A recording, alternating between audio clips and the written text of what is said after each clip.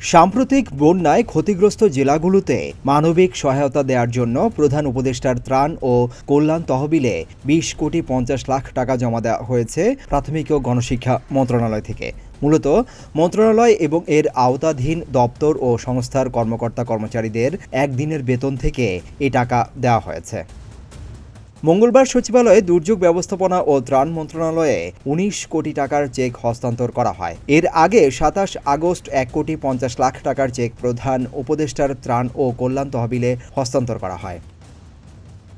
প্রাথমিক ও গণশিক্ষা মন্ত্রণালয়ের উপদেষ্টা অধ্যাপক ডাক্তার বিধান রঞ্জন রায় পোদ্দার দুর্যোগ ব্যবস্থাপনা ও ত্রাণ মন্ত্রণালয়ের উপদেষ্টা ফারুকি আজমের কাছে 19 কোটি টাকার চেক হস্তান্তর করেন।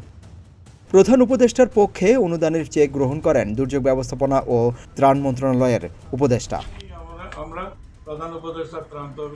প্রাথমিক ও গণশিক্ষা উপদেষ্টা জানান, বন্যা দুর্গত জেলাগুলোর কর্মকর্তা-কর্মচারীদের বাদ দিয়ে এবং মন্ত্রণালয় ও এর আওতাধীন দপ্তর এবং সংস্থার 16 থেকে 20তম গ্রেডের কর্মচারীদের বাদ দিয়ে বাকিদের একদিনের বেতনের সমপরিমাণ 20,50,00,000 টাকা প্রধান উপদেষ্টার ত্রাণ ও কল্যাণ তহবিলে জমা দেওয়া হয়েছে। 19 কোটি টাকার একটি চেক হস্তান্তর করলাম। এর আগে আমরা 1.5 কোটি টাকার একটি চেক হস্তান্তর করেছি, অর্থাৎ সর্বসাকুল্যে আমরা 20,50,00,000 টাকার চেক হস্তান্তর করেছি। তিনি জানান, বন্যা দুর্গত এলাকায় প্রাথমিক শিক্ষা সংশ্লিষ্ট সকল ক্ষতি পুষিয়ে নেওয়ার লক্ষ্যে যা যা প্রয়োজন সবকিছু করা হবে।